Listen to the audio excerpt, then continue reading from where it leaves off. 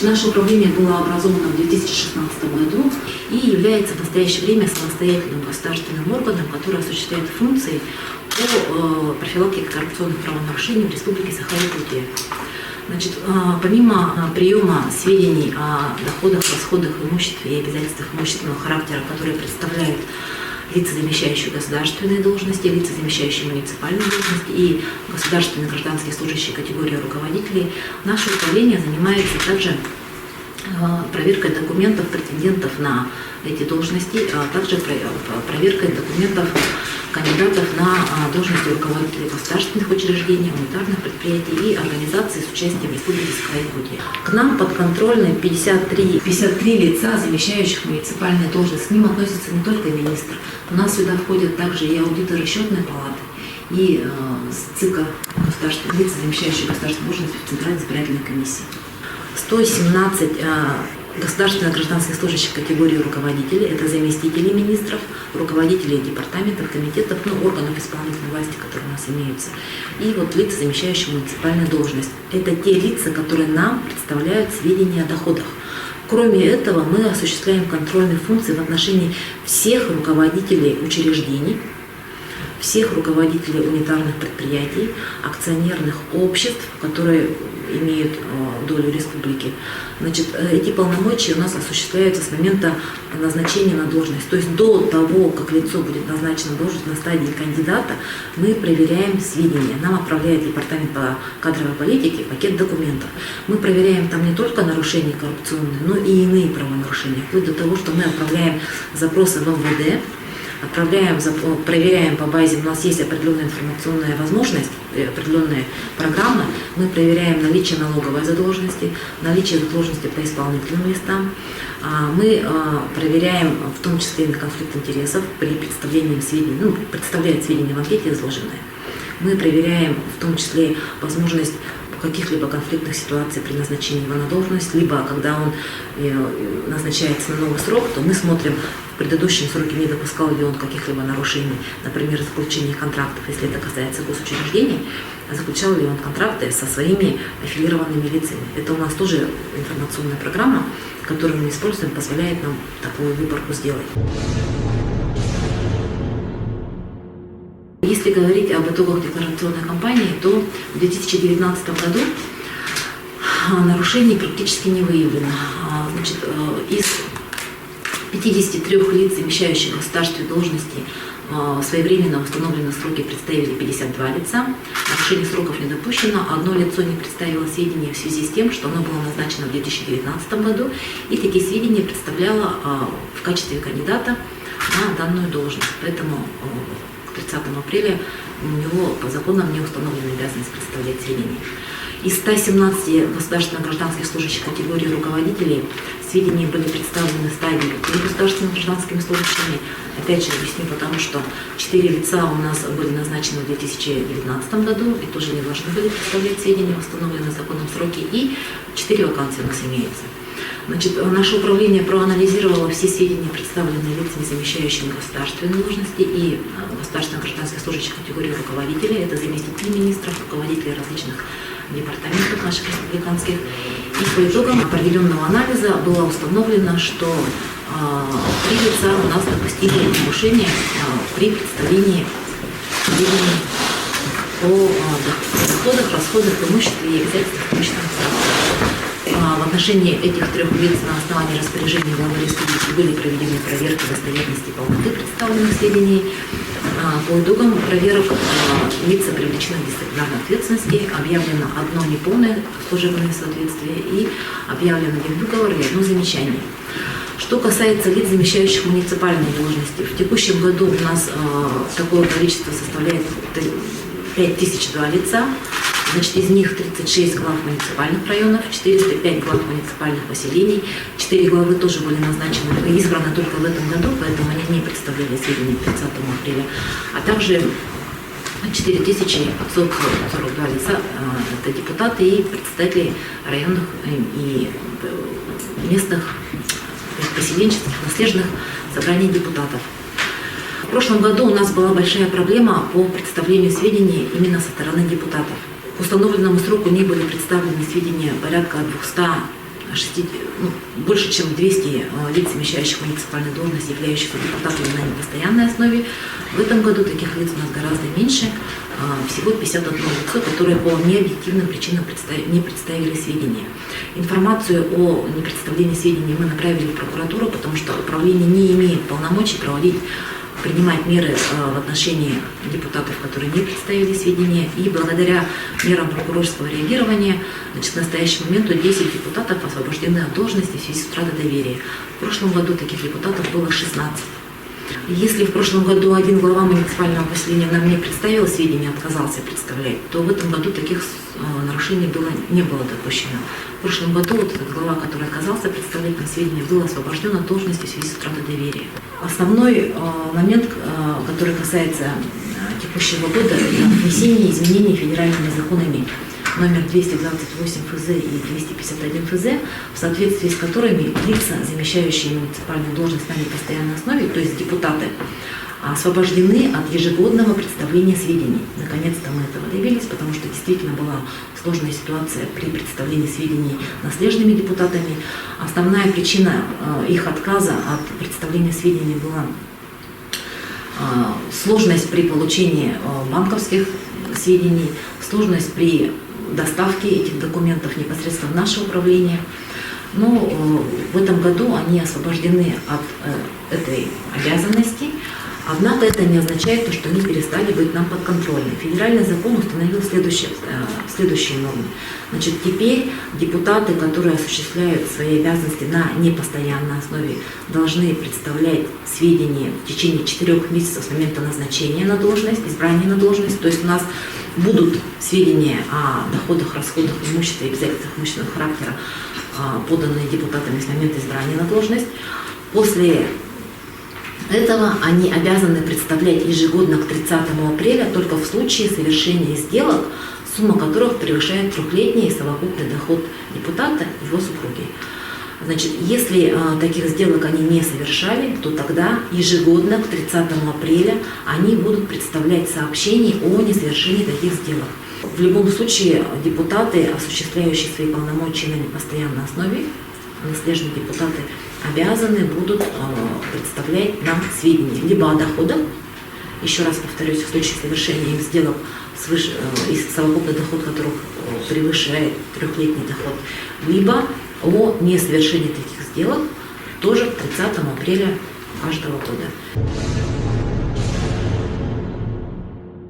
А как контролируется вот эта декларация? Значит, у нас есть утвержденная указом президента Российской Федерации форма представления справок. В ней есть несколько разделов. Да? Раздел о доходах, раздел об имуществе, раздел о кредитных обязательствах, о банковских счетах, раздел о транспорте и раздел, который касается отражения информации о пользовании имуществом, которое не находится у него в собственности. Значит, мы, когда получаем все эти справки, да, мы, во-первых, их сопоставляем со справками предыдущих лет. За предыдущие 2 года мы сопоставляем. Если, например, в прошлом году у него было имущество, в этом году имущества нету, то, соответственно, должен быть доход от реализации этого имущества. Либо в прошлом году у него не было имущества, в этом году появилось, у нас должна быть информация, за счет каких средств он получил это имущество. Кроме того, мы проверяем в том числе информацию, которая отражается о пользовании им имущества, например, полученного по договору социального найма. В случае, если у должностного лица имеется такое имущество в собственности, в том населенном пункте он проживает, соответственно, возникает вопрос, почему он продолжает пользоваться имуществом, которое находится у него по договору социального найма. Вообще законно ли было предоставлено это имущество в свое время. И вот мы вот это все сопоставляем, принимаем решение о том, проводить проверку достоверности в его отношении или нет. То же касается и банковских счетов. Просто сопоставляем сведения о банковских счетах, которые были и которые у него сейчас указаны. В том случае, когда мы видим, что у него недостаточно банковских счетов, либо показывает, что у него банковских счетов нет, мы инициируем проведение проверки. В ходе непосредственно проверки мы отправляем запросы, естественно, во все кредитные организации, которые у нас имеются. Нам банки представляют полный расклад по банковским счетам. Это предусмотрено федеральным законом и не противоречит федеральному закону о банковской тайне. Мы эти счета тоже просматриваем на предмет того, имеется ли там необоснованное поступление денежных средств от неизвестных лиц. В том числе, какое количество средств поступило на данный банковский счет, соответствует ли общая сумма полученных средств доходу, который он представляет нам.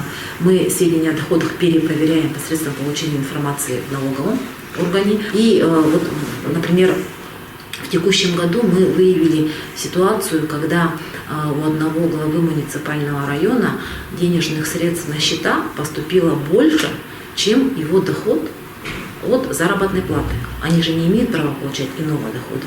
Соответственно, мы ему задаем вопрос, откуда деньги. Он нам пояснил, откуда деньги. Однако мы не удовлетворились его пояснением и в этой части информацию отправили в органы внутренних дел для проведения проверки, потому что мы должны исключить возможность получения незаконных вознаграждений за осуществление им полномочий лица, замещающего муниципальную должность. Вот они там оперативным путем установят, действительно ли его объяснение соответствует действительности. Хотел уточнить, вот вы говорили об 51 депутате, да? Так кто это депутат? Это представительных органов или народный депутат? Нет, народные депутаты нам не подконтрольны. Народные депутаты Государственного собрания Удмуртии представляют сведения себе в Удмуртии. Это касается только местных депутатов.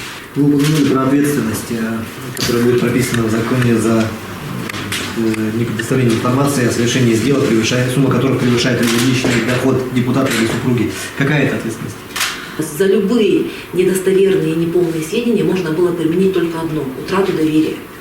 А с этого года у нас предусмотрены 5 возможных альтернативных мер ответственности, кроме утраты доверия. Первое – это предупреждение. Предупреждения будут касаться, как правило, глав муниципальных образований. А остальные 4 меры, они касаются депутатов. Значит, первая мера в отношении депутатов – это освобождение депутата от должности, которую он имеет в представительном органе местного самоуправления до прекращения срока его полномочий. То есть, если он является, например, председателем какого-то комитета своего на поселенческом уровне, то в случае непредставления ему сведений он может быть освобожден от этой должности до конца срока его полномочий. Кроме того, второй вид ответственности – это освобождение от осуществления полномочий на постоянной основе, тоже до конца срока его полномочий. Третья ответственность – это запрет занимать должности в представительном органе до конца срока его полномочий. То есть депутат будет только депутатом, не входить в какие-либо комитеты, которые имеются в местных собраниях депутатов. И пятое – это запрет исполнять полномочия на постоянной основе до прекращения срока его полномочий. В случае выявления нарушений в действиях депутатов мы сможем применять по отношению к ним эти меры ответственности. Не только утрату доверия, как раньше это было предусмотрено. Утрата, конечно, остается. Плюс к этому вот эти 5 мер ответственности. Что означает конфликт интересов и аффилированности? Конфликт интересов – это, как говорит у нас Федеральный закон о противодействии коррупции, исполнение должностным лицом своих полномочий вопреки законным интересам государства и общества, исходя из личной заинтересованности, связанной с должностным лицом корпоративными, имущественными и иными близкими отношениями. То есть, в принципе, эта категория, она довольно широкая. Например, в этом году мы проверяли Министерство правительства и проводили проверку в службе государственных заказчиков. В ходе этой проверки выявили конфликт интересов в действиях должностных лиц службы государственного заказчика при заключении государственных контрактов. Было установлено, что отдельные должностные лица входили в состав конкурсных комиссий, и при этом победителями по этим контрактам являлись их родственники, близкие родственники, свойственники. Мы это установили, в своей справке отразили, и в настоящее время эти лица у нас освобождены от должности, они уволены. Более простой пример конфликта интересов. В рамках проведения проверки по наградным материалам одного руководителя государственного учреждения, который был представлен к награде Государственной Российской Федерации, мы установили, что он, вопреки законным требованиям закона, принял к себе на работу свою жену. Причем эта ситуация была сначала выявлена непосредственно министерством, под ведомственности которого находится госучреждение. На конфликтной комиссии вынесена, рассмотрена, и ему было предложено уволить жену с этой должности. Он ее уволил, через 2 месяца он ее снова принял на работу на другую должность. И когда мы это выявили, мы, естественно, указали о недопустимости такого лица представлять к награде, а впоследствии материалы были переданы в министерство, и человека уволили. В настоящее время он не является руководителем госучреждения. Мы проверяли кандидата на должность руководителя госучреждения, претендующего на заключение договора на новый срок, и установили, что он пользуется квартирой, находящейся в муниципальном образовании по договору социального найма. Значит, нам эта ситуация показалась странной, потому что у него имелась квартира в собственности. Мы эту ситуацию довели до органов прокуратуры. Прокуратура провела проверку и установила, что он необоснованно получил эту квартиру по социальному найму, потому что он не состоял в очереди в качестве нуждающихся. Значит, ему была незаконно эта квартира представлена.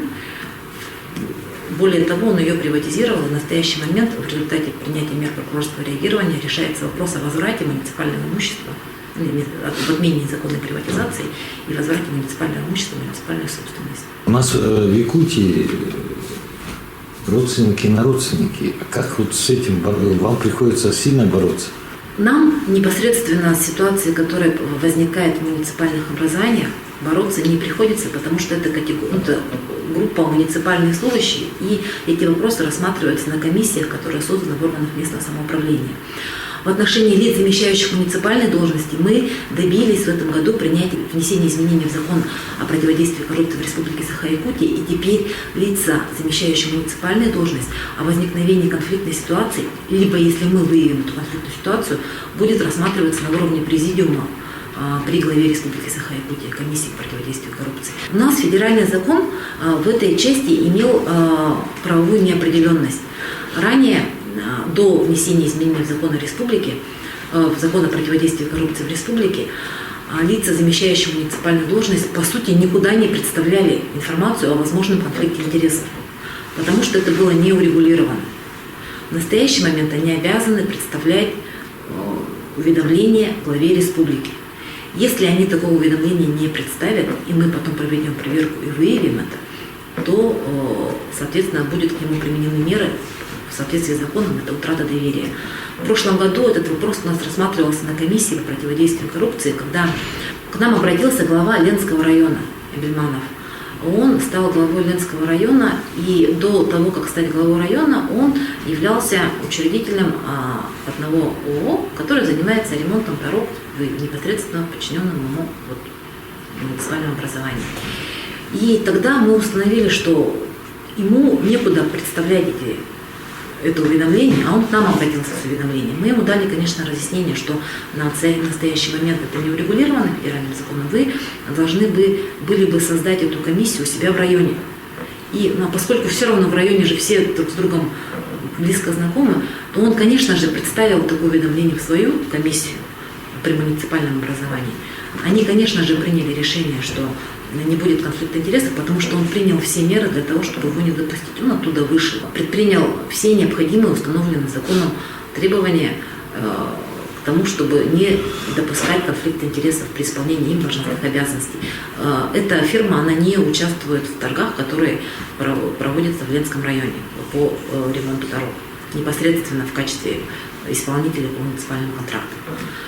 Вот. А с этого года при возникновении такой ситуации они уже могут к главе республики обращаться. Мы будем рассматривать эти уведомления, соответственно, давать заключение и выносить на рассмотрение в президиум комиссии. В настоящее время ни одно лицо, замещающее государственную должность, у нас не является предпринимателем либо учредителем ООО, коммерческой организации. Если они таковыми являлись, они все вышли. И, соответственно, впоследствии, в дальнейшей его деятельности мы особое внимание уделяем тому вопросу, чтобы не было преференций по отношению к тем организациям, в которых они являлись учредителями. Но опять же, например, у нас министром предпринимательства стала Высоких Ирина Сергеевна, она тоже была учредителем, она вышла из состава учредителей, и, соответственно, мы в ходе своей непосредственной ежедневной деятельности мы постоянно смотрим, чтобы с этим ООО у Министерства предпринимательства не было договорных отношений. обратная связь, а как осуществляется? Нам приятно, что уровень доверия населения к нашему управлению возрастает, потому что о нашем управлении многие сначала не знали, представляли, что наше управление – это некий симбиоз правоохранительных органов и республиканских органов. А некоторые вообще не знали о существовании этого управления. Но в последний год у нас стали поступать обращения, например, опять свежий пример, поступило обращение из Горного района в части злоупотреблений, допускаемых главным врачом Горной центральной районной больницы.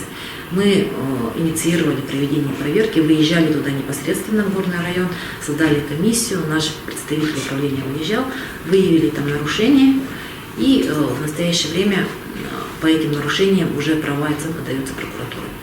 Кроме такого рода обращения к нам поступают, мы по ним сразу реагируем.